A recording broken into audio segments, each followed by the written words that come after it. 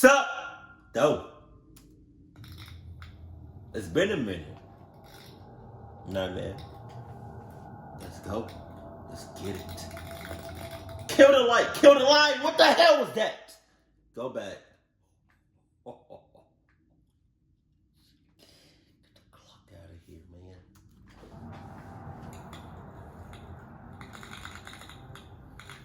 No jump scares.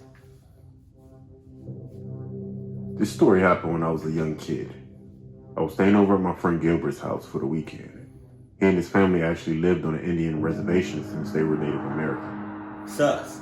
But despite both of us being from different backgrounds, we became friends because we were into a lot of the same stuff. On the weekends, we hung out. We spent most of the time playing video games, watching movies on cable, reading comic books, and eating junk food. This particular weekend was even better since Gilbert's family had been gone for a few days. One night, while playing video games, we heard a noise outside. We didn't think too much of it at first. But when the noise sounded like it was coming closer, it got harder to ignore. At first, we figured it was a stray dog, since this area was full of them. But we started to notice that whatever was making that sound seemed to be much larger. I asked my friend if it was possible that it could be a bear, but he said there was no way since they don't come out this far from the mountains. And just as we were in the middle of our conversation, that's when whatever was outside made a low rumbling growl. When we heard that, we immediately jumped up from our seats. My friend had the same expression on his face that I must have had, which was a look of fear in both our eyes and our mouth wide open. God damn. Even though we were scared, we decided to carefully take a quick look outside through the blinds. There, being illuminated by the moonlight, was what looked like a giant wolf or dog. It had pointy ears, body covered in fur, eyes glowing in the dark. It was looking around its surroundings before eventually looking toward the house. As it started to move, something about the way it walked on all fours looked a bit off. But before my friend and I could figure out why that was, to both our shock, that's when we saw the animal stand on its hind legs. Oh my God. At that point, my friend and I didn't even know what to say. There was something very human-like about the way that it was standing. And at that moment, that creature must have seen the light coming from the window, because to our horror, while still on his hind legs, that's when the creature made a dash toward the house. My friend and I wasted no time as we sprinted toward his room. But just as we entered and locked ourselves in his bedroom, we heard the creature climb up the side of the house. God damn! It proceeded to pace around on the roof shortly after. My friend and I couldn't do anything but hide behind his bed. And I'm not ashamed to admit, but we started to cry since we were so scared. We wanted to call for help, but the only phone in the house was in the kitchen. So the only thing that we could do was listen closely in fear as we heard the claws on its foot tap the rooftop. After a minute or so, the creature finally jumped off. But just as Gilbert and I thought that could have been the end of it, that's when we started to hear it growling close to the exterior walls. We could hear it circling the house. It was accompanied by what we could only describe as the creature scratching or dragging its nails across of the walls and outside. The sound sent shivers down both of our spines. And just when we thought it couldn't get any worse, we suddenly heard the sound of one of the windows in the living room breaking. Both Gilbert and I thought that we were going to have to make a run. Yeah, but yeah, make a run for it. While they break, when that thing break that glass, you break on some Adidas.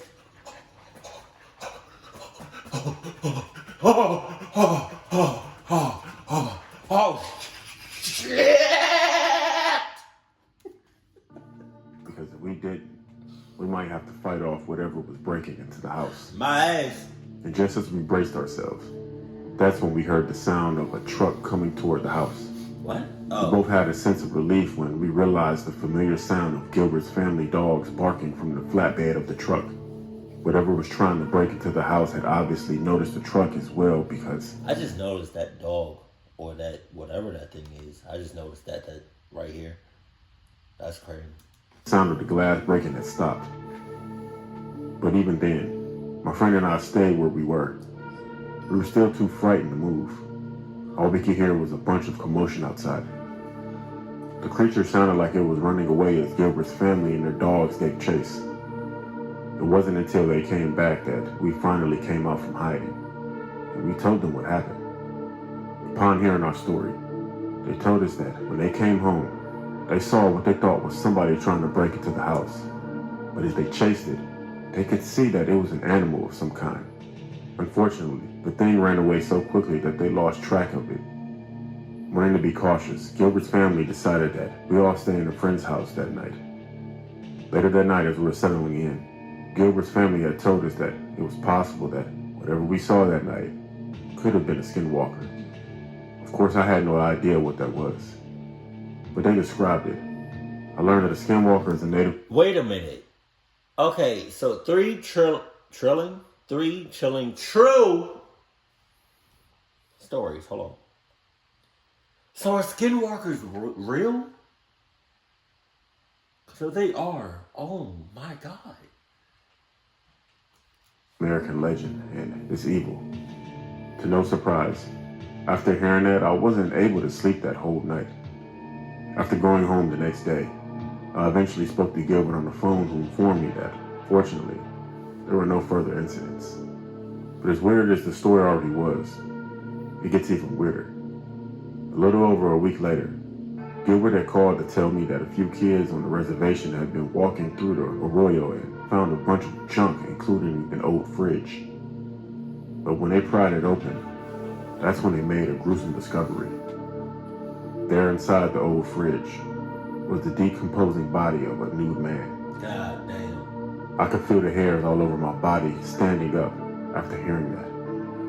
He also told me that the local authorities said that it was most likely just some drunk who wandered into the arroyo. My ass. He accidentally locked himself inside the fridge.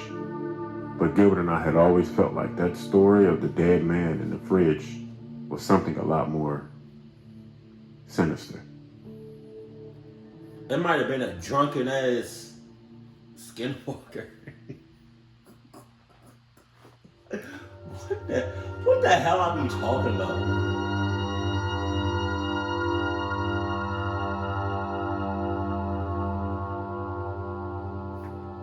It was about 4 years ago when this happened.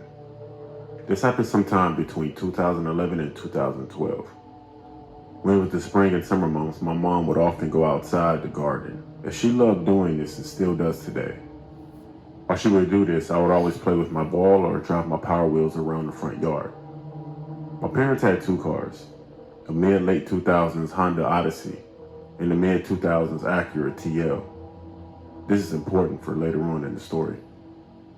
My dad would be at work often, so he would leave the minivan for my mom to take me and my infant brother shopping, or to my grandmother's house if she had to do something. It was just an ordinary day, and my dad was at work. My infant brother and I were outside with my mom again while she was gardening. Over the course of like 2 hours, I kept seeing this car drive out my house. I have always loved cars, and from a young age, I could guess what a car was by looking at it. And I noticed that this car was a mid-2000s Acura TL. Wow. Instantly, I thought this could be my dad returning home early from work, and I began to get excited. Really? You really think that's your dad? Driving back and forth like that?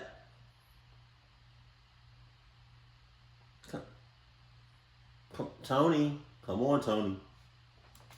As time passed, I was starting to wonder why he wouldn't just park and greet us instead of driving in circles around our neighborhood. I also thought something was a little off with the car, but I couldn't tell. Oh, yeah.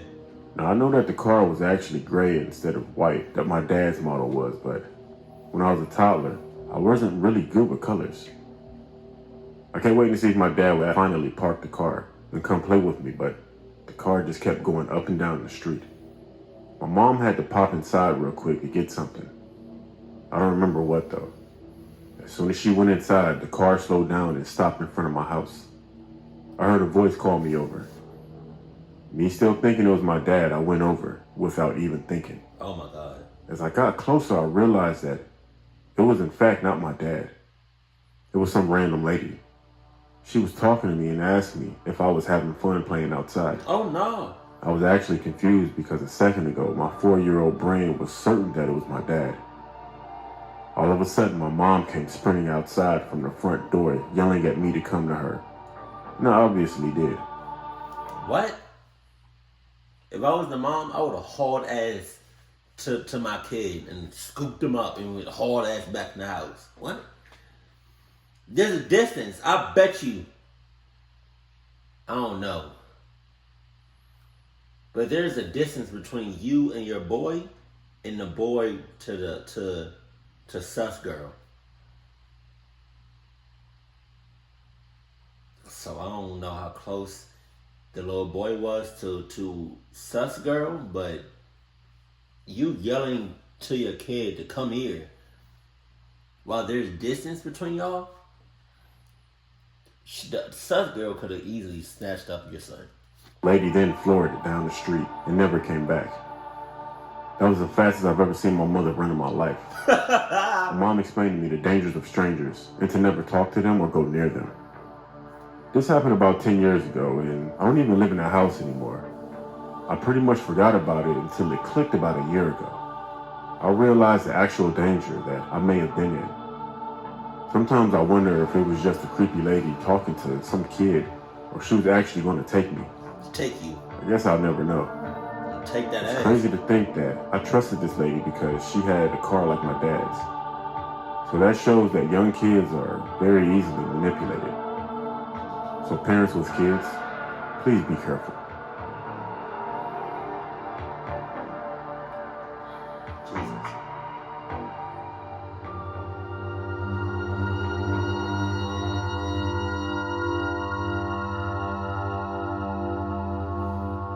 Right. This happened to me very recently. Sus. I'm a 38-year-old woman who's an extreme horror movie and horror story fan. Right. Oh, okay. I watch a lot of videos I see where this shit going. of people's experiences with sleep paralysis. Until a few days ago, I'd roll my eyes chuckling while thinking, oh, this is bull. That doesn't really happen to people. I always sleep in a particular way, on my left side, facing my bedroom door. What? My blanket halfway up my legs, even in the colder weather. So one night, my eyes suddenly snapped wide open, and I couldn't figure out why. I was flat on my back, as I never sleep on my back anyway. I looked at my alarm clock with a surprising effort. It read 3:31 a.m. Suddenly I realized I couldn't move at all. My blanket was suddenly over my shoulders, and I was tucked in tightly. I was beginning to get scared because I never had my blanket like that. And knew no one could have tucked me in without me knowing. Oh my God. I tried to sit up, turn my head, anything.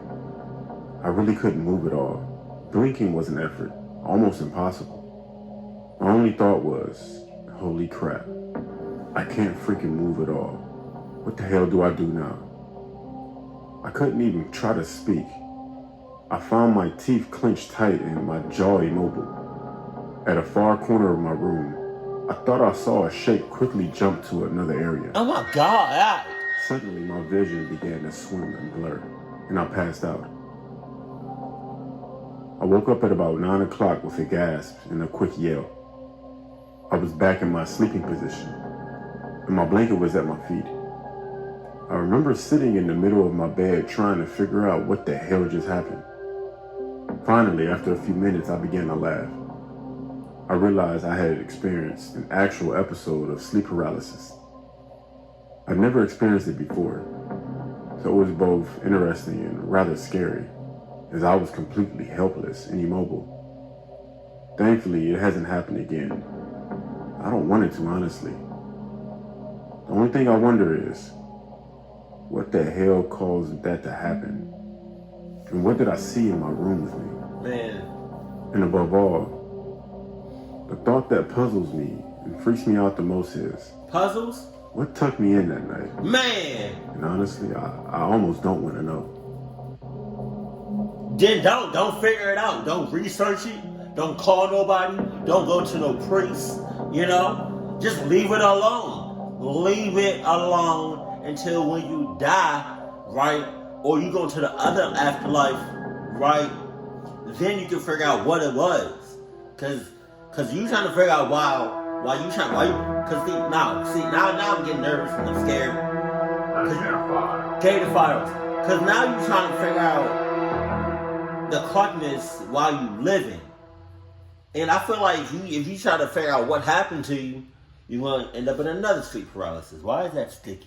Pause. But, no, you was doing too much. You was doing way too much. Relax. Leave it alone. You know, what happened, happened. It was hella sus. It was on some cluck shit. I don't know who tucked you in. I don't know what tucked you in. But it happened. Get off of that. Let it be. On some Murphy shit. Keep it cool. Keep it classy. And I love you. Stay happy. My family.